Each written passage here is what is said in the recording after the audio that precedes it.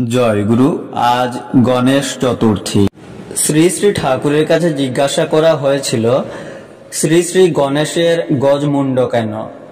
মুন্ডের এরকম বিকৃতি তো আর কোনো দেবতার দেখা যায় না। কথিত আছে, শনির দৃষ্টিতে শিশু বয়সে গণেশের মস্তক বিচ্ছিন্ন হওয়ায় সেখানে তাড়াতাড়ি এক হস্তির মুন্ড এনে জুড়া দেওয়া হয়। শুনে শ্রী শ্রী ঠাকুর বলেছিলেন, একটা মানুষের বিশেষত একটা শিশুর ঘাড়ে একটা হাতির মাথা এনে বসানো সম্ভব কিনা তোমরাই ভেবে দেখো। সাধারণভাবে ভেবে দেখলেই তো বোঝা যায় এটা একেবারে অবাস্তব ব্যাপার। গণেশের বন্দনা, প্রণাম ইত্যাদি জায়গায় গজানন, গজেন্দ্র বদন প্রভৃতির শব্দের উল্লেখ আছে। তাহলে তার মানে কি? শ্রী শ্রী ঠাকুর বললেন, শ্রেষ্ঠ অর্থে গজ শব্দ। শ্রেষ্ঠ মস্তিষ্ক যার, তিনি গজানন।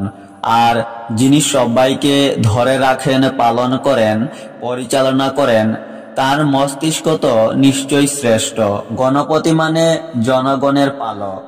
বিগ ব্রেইন, বিরাট মস্তিষ্ক না হলে তো তিনি গণপতি হতে পারেন না। গণেশের প্রণাম মন্ত্রে আছে এক দন্তং মহাকায়ং। দন্ত এসেছে দম ধাতু থেকে, অর্থ দমন, নিয়ন্ত্রণ।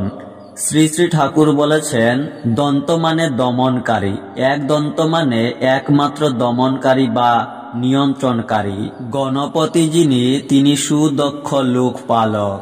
গণেশ মূর্তিতে দেখা যায় গণেশের হাত চারখানি। শ্রী শ্রী ঠাকুর ব্যাখ্যা দিলেন, চার হাত মানে তার চারদিকে লক্ষ্য।